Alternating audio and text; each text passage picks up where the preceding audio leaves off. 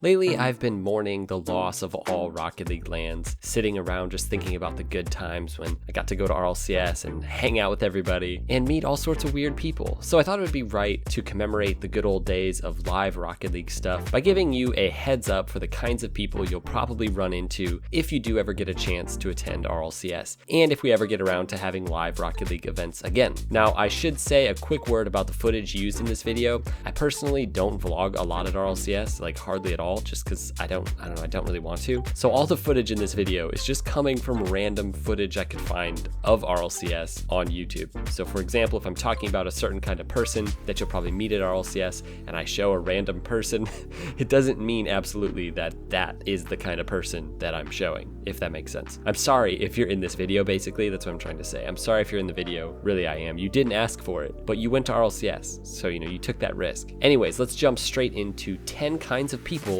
you'll probably meet at RLCS. All right, right off the bat, let's kick this one off with one of the more important characters in the RLCS character list. We've got the cheer guy. Now, this was a phenomenon that started back at the RLCS Season 5 World Championships. Basically, the entire crowd, but specifically a certain section of the crowd, led by these chaps known as Stumpy and Cole. Anyways, they did a lot of cheering, like specific cheering, like making up their own cheers. And yeah, they just really get into cheering.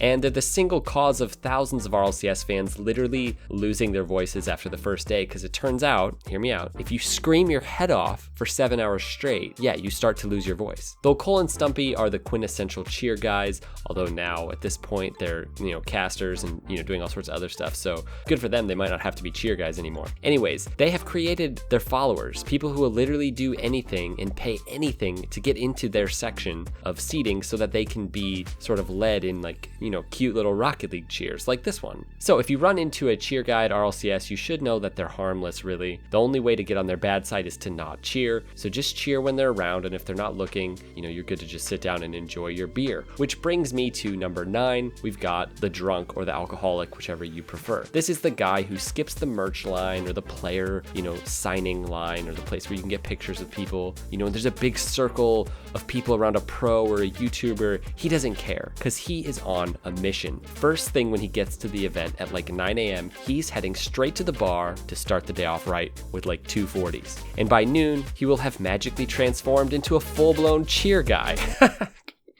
Sorry, I thought that was funny. I thought that was a funny joke. See, it turns out, just like there are people who can't enjoy a baseball or a football game without getting completely plastered, like in the first half, there are also people in the Rocket League community who do the same thing. And sometimes they get rowdy and crazy and even get themselves kicked out for throwing a fire extinguisher at a random person. That's right, I literally filmed this dude getting kicked out because he just thrown a fire extinguisher, off of a ledge. I think at a random bodyguard or something, I don't know. I recommend interacting with these characters before noon. That's your best chance of coming out unscathed, because afternoon, it's over at that point. All right, number 8 goes to all the kids out there. Maybe you're 8 or 10 or 12 kids who just love Rocket League and they happen to be really freaking good at it. So good that if you meet them, you will instantly become convinced that they're the next Squishy Muffins. Maybe you run into the prodigy while playing in a little mini tournament at the after party and you find yourself up against this kid who has one simple advantage over you. This person literally plays Rocket League 16 hours a day, and you're lucky to even get in an hour at night. You don't have a chance. The prodigy is taking you down. It doesn't matter that you're 3 times his age. I've met quite a few prodigies at Rocket League events, and for real, meeting kids who love Rocket League is awesome. And we'll get into this later, but I love it because you usually meet an entire family along with them that is in some way into Rocket League,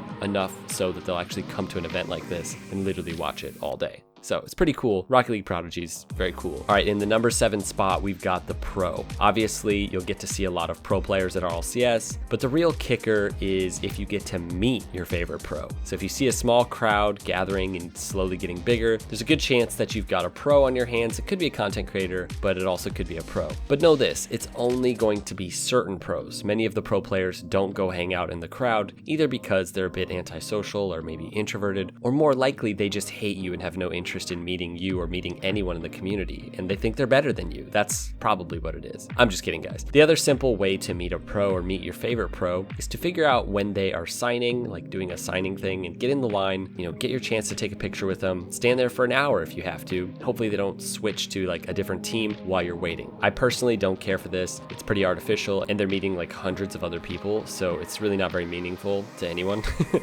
Whereas if you bump into them at the event or like at the after party, I don't know, I feel like it's just more genuine. Man, I'm giving a lot of advice in this video that I wasn't planning, but take it or leave it. Number 6 goes to the picture guy. It's amazing, even the average run-of-the-mill Rocket League player can instantly turn into a hardcore picture guy at any given moment. The sight of your favorite streamer or YouTuber or pro, it can cause you to just run up to them and basically beg them to take a picture with you. I have personally encountered many picture guys and girls in my time at RLCS because for some reason, people want to get pictures with me. How do people even know what I look like? Like, I've purposely disguised my profile picture with a beard that I could never grow. How do they know that it's me? I don't have a beard. I'm currently growing my hair out though, so then I'll be even more disguised. Although right now you're seeing my face, so this is backfiring on me. Anyways, picture guys, they're real. Number 5 goes to the fanboy. And here I'm specifically talking about the RLCS fanboy, not like a Sunless fanboy. Maybe, they're a G2 fanboy. Rest in peace all the Cloud9 fanboys, because they were great, man. Used to be at RLCS, everybody was wearing a Cloud9 jersey. If you have something Cloud9 related, you should definitely wear it to the next RLCS, even though they don't have a Rocket League team anymore. The fanboy cares about one thing and one thing only: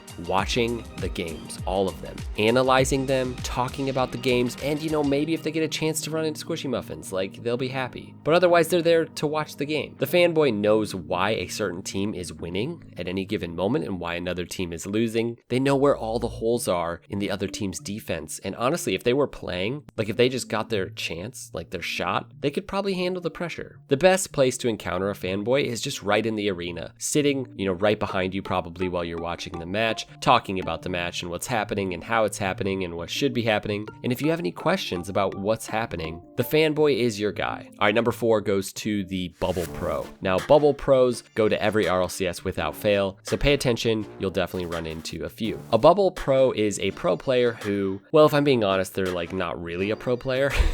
I'm gonna get some hate for this. It's like a pro player who's not a pro. So they're on a team, maybe that team, pays them, I don't know, but often they're not being paid or anything. They're on a team and they're really freaking good, but not quite good enough to make it to the World Championship or to compete against the best teams in the world. And there's one thing that the Bubble Pro will make clear: either they should be playing at the World Championship, they could have been playing at the World Championship if something else had happened, or one day they will be playing at the World Championships. Because one time they beat NRG, so think about it. All right, next up we have the content creator. Much like the pro, content creators can often be found somewhere at the venue, often with a crowd gathering around them. Nobody, and I mean nobody, can turn your average Rocket League fan into a picture guy like a content creator. Maybe it's Sunless Khan, or maybe it's some random content creator who has like 18,000 subs. Either way, they're famous and you want to be around them. Even if they're trying to get into their Uber, like to go to get dinner, and you want to be with them, you want to talk to them. All I can say is this: follow them. Like, just follow them everywhere. Follow them into the bathroom. Even when they're peeing, like, you should whisper to your friends behind them while they're at a urinal. Say things like, "I think that's FLuuMP." Because listen, even the boldest bladder can turn into a shy bladder in that moment. I can tell you from experience. Most content creators are great. Just know that if you're going to be around them, you're going to be around like 80 other random people who also want to be around them. But hey, it makes them feel famous. Everybody basically will laugh at anything they say that's even remotely funny. I don't know. They want to feel famous. That's why they became content creators in the first place, is to feel famous. So just roll with it. All right, number 2 is one of my favorites. We're talking about the after party guy. Much like the drunk, this guy cares about one thing, and that's just having a good time. The after party guy saves his voice during the matches. Heck, he might not even attend half the matches because he knows he's going to need his voice for Sunday night, because Sunday night is the most important night of the entire event. It's the after party. This guy likes to ask you and everyone he runs into